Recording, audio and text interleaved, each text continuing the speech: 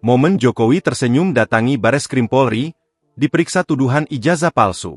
Presiden ke-7 RI, Joko Widodo, Jokowi, hanya melempar senyum saat tiba di Bareskrim Polri, Selasa, 20 Mei 2025. Hari ini, Jokowi akan dimintai keterangan oleh penyidik Direktorat Tindak Pidana Umum, Dittipidum, Bareskrim Polri terkait laporan dugaan ijazah palsu yang dibuat tim pembela ulama dan aktivis, TPUA.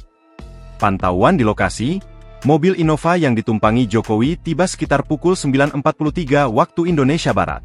Setelah pintu penumpang di sebelah kanan dibukakan oleh ajudannya, Kapten Windra Sanur, Jokowi yang mengenakan setelah batik warna coklat dan peci hitam, turun dari mobil.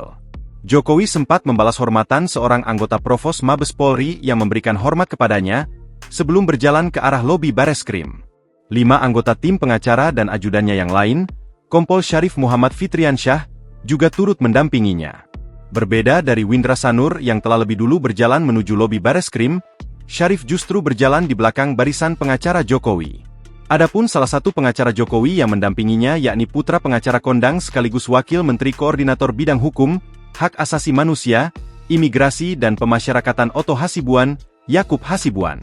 Tak ada satupun keterangan yang disampaikan ayah dari Wakil Presiden Gibran Rakabuming Raka itu kepada wartawan yang telah menunggunya di lobi Bareskrim. Selamat pagi, ucap Jokowi seraya tersenyum dan berjalan masuk ke dalam gedung Bareskrim. Hari ini, Jokowi akan dimintai keterangan oleh penyidik dari Direktorat Tindak Pidana Umum, Dittipidum, terkait dengan laporan dari tim pembela ulama dan aktivis, TPUA, soal ijazah palsu.